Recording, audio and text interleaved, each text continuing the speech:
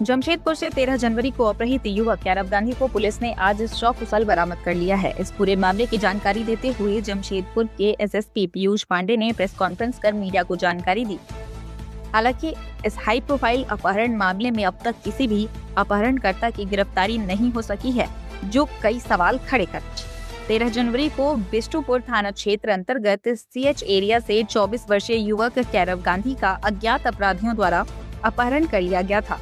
घटना के बाद पुलिस ने मामले की गंभीरता को देखते हुए विशेष टीमों का गठन किया और लगातार छापेमारी शुरू की। जांच के दौरान पुलिस को विश्वसनीय सूचना मिली कि अपहरणकर्ता कैरव गांधी को किसी अन्य सुरक्षित ठिकानों पर शिफ्ट करने की योजना बना रहे हैं। इसके बाद पुलिस ने संभावित मार्गों पर घेराबंदी कर दबाव बनाना शुरू किया। लगातार बढ़ते पुलिस दबाव के चलते अपहरणकर्ताओं ने जीटी रोड पर चौपारण से बरही खंड के बीच कैरव गांधी को रास्ते में ही छोड़ दिया और मौके से फरार हो गए। पुलिस ने तत्परता दिखाते हुए कैरव गांधी को सुरक्षित बरामद किया। परिजनों के आग्रह पर पुलिस ने कैरव गांधी को सुरक्षित उनके आवास तक पहुंचाया। फिलहाल पुलिस अपहरणकर्ताओं की गिरफ्तारी के लिए लगातार छापेमारी कर रही है। पुलिस का कहना है कि मामले में अनुसंधान जारी है और जल्द ही आरोपियों को पकड़ लिया जाएगा। सर क्या मामला था? एक सेकंड एक शांत रहिए। फिर कोई एक आदमी हमको बस प्रॉम्प्ट कर। सर क्या मामला था सर? दिनांक 13 जनवरी को कैरव गांधी जो कि सीएच एरिया बिष्टुपुर के रहने वाले हैं, उनका अपहरण कुछ अज्ञात अपहरणकर्ताओं द्वारा किया गया था और उसके बाद इस संबंध में बिष्टुपुर थाना कांड संख्या 5/26 दर्ज किया गया था। इस कांड में 2 चैलेंजेस जमशेदपुर पुलिस के सामने थे। एक तो अपहृत की सकुशल बरामदगी और अपहरणकर्ताओं की धरपकड़ के बाद गिरफ्तारी। इन दोनों ही पॉइंट्स पे लगातार काम किया जा रहा था। परिजनों को अपहरणकर्ताओं द्वारा कांटेक्ट करने की कोशिश भी की गई थी, जैसा कि एफआईआर में है।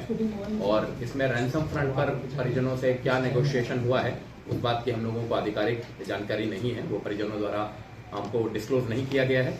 लेकिन जहां तक इन्वेस्टिगेशन आया है कि उस फ्रंट पर कोई भी डेवलपमेंट नहीं हुआ था। इस बीच हम लोगों को समय मिल गया था ये काम करने का कि हम कैरव की लोकेशन पता कर पाए या अपहरणकर्ताओं का पता लग पाए। इस मामले में DGP madam, zonal ADG sir की भी लगातार ब्रीफिंग और मॉनिटरिंग की जा रही थी। रेंज डीआईजी सर का भी इसमें मॉनिटरिंग की जा रही थी और इसमें स्पष्ट निर्देश थे कि हम लोग की सर्वोच्च प्राथमिकता होनी चाहिए कैरव की सकुशल बरामदगी। तो उसके लिए लगातार हमारी जो टीम्स थी, इसमें जो हम लोगों का टेक्निकल सर्विलेंस था, जो भी हमारा इंटेलिजेंस गैदरिंग थी, जो भी इन्वेस्टिगेशन इसमें हम लोगों ने किया था, डिफरेंट गैंग्स पर भी हम लोगों ने काम किया था, लोकल इनपुट जनरेट किया था, दूसरे राज्यों के गैंग्स के बारे में भी जो जानकारियां एकत्रित की थी, उसके आधार पे जब हम लोगों ने इसमें जीरो इन किया तो कुछ छापामारी हम लोगों ने इसमें किया और उसके बाद अपहरणकर्ताओं पर दबाव बनने लगा, क्योंकि कुछ दिन भी हो गया था। फैमिली फ्रंट से उनका कोई डेवलपमेंट नहीं हो पा रहा था और पुलिस का दबाव लगभग बढ़ता जा रहा था। इस बीच हमको कल एक सूचना प्राप्त हुई, महत्वपूर्ण सूचना प्राप्त हुई कि ये लोग अपनी लोकेशन शिफ्ट कर सकते हैं। एग्जैक्ट कब करेंगे, कैसे करेंगे, कहाँ करेंगे, इसकी सूचना हम लोग को पिन पॉइंट सूचना नहीं थी। लेकिन उसके बाद हम लोगों ने अपनी टीम के साथ बैठकर उस पर वर्कआउट किया, चीज़ों को जीरो इन किया, समय को, क्षेत्र को हम लोगों ने अपने इन्वेस्टिगेशन के अनुसार कि कहाँ हो सकते हैं, कैसे हो सकते हैं, और डिफरेंट पॉइंट्स पर हमने अपनी टीमों को सतर्क कर रखा था। और जैसा हमने सोचा था उसी तरीके से लगभग चीज़ें डेवलप भी हुई, क्योंकि अपहरणकर्ताओं को नहीं पता था कि हम लोगों को इस बात की सूचना है। वो लोग कैरव की लोकेशन चेंज कर रहे थे, हमारी टीम्स लगातार उनका पीछा कर रही थी। 2 एग्जैक्ट इन्फॉर्मेशन या एग्जैक्ट गाड़ी हम लोग को नहीं पता थी। अंतिम में अपहरणकर्ताओं पैनिक कर गए, उनको समझ में आ गया कि उनका पीछा हो रहा है और यहाँ पर पुलिस काफ़ी सतर्क है और किसी भी अनहोनी की आशंका से उन लोगों ने पैनिक होकर कैरव को वहीं रास्ते में उतार दिया। और हमारी टीम जो आगे से आ रही थी, उस टीम ने कैरव को सकुशल बरामद किया। उनके परिजनों से सकुशल कैरव की बात करें।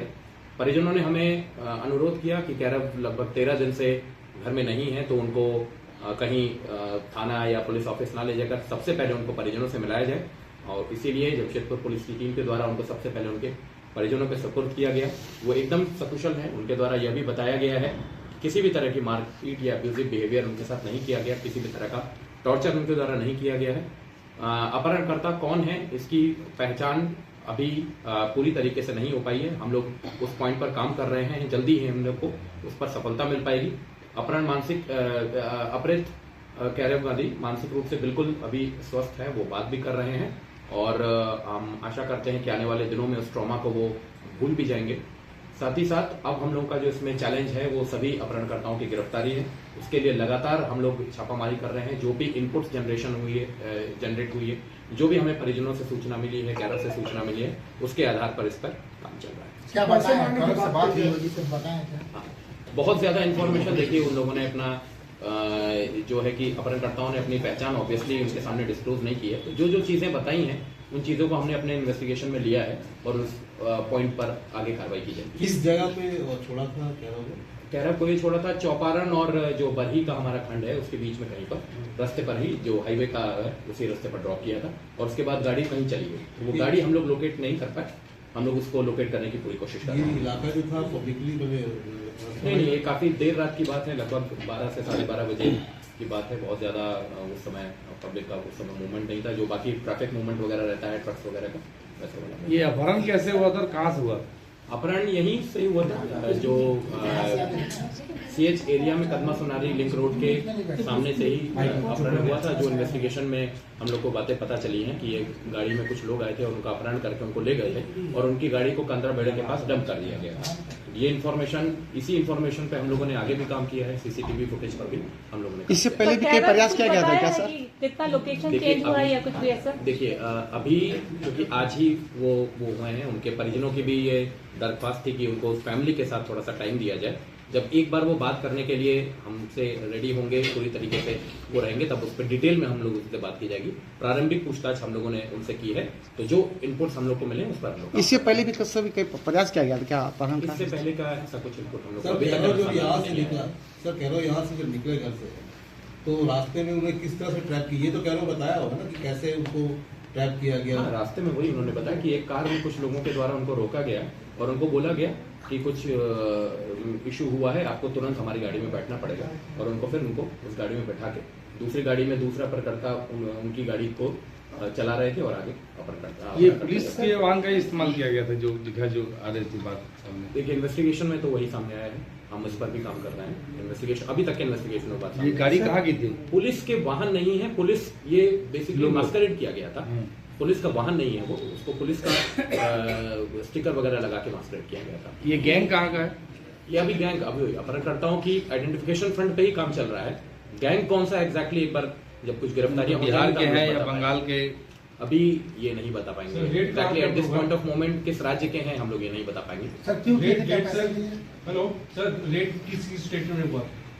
रेड काफी स्टेट्स में हुआ है, जितने भी हमारे नेबरिंग स्टेट्स हैं, उड़ीसा से लेके बंगाल, झारखंड, बिहार, हर जगह हम लोग रेड्स कर रहे थे और उसका काफी दबाव था। पैसे की जो बात आ रही थी सामने से, देखिए इनिशियली जो कांटेक्ट किया गया था वो रैंसम के लिए कांटेक्ट किया गया था, बट देन क्या अमाउंट था, उस पर क्या डेवलपमेंट हुआ, फैमिली ने भी उस पर खास कोई रिस्पॉन्ड नहीं किया था, इसीलिए इतना दिन भी लग रहा था। फैमिली इस पर काफी सशक्त थी कि उनको रैंसम पे नहीं करना है।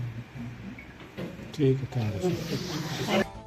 हालांकि कैरव गांधी की सकुशल बरामदगी से परिवार और शहर ने राहत की सांस ली है, लेकिन अब सबसे बड़ा सवाल ये है कि अपहरणकर्ता कौन है और अब तक गिरफ्तारी। फिलहाल पुलिस जांच जारी है। मनादी लाइव के लिए जमशेदपुर से विनोद केसरी की रिपोर्ट।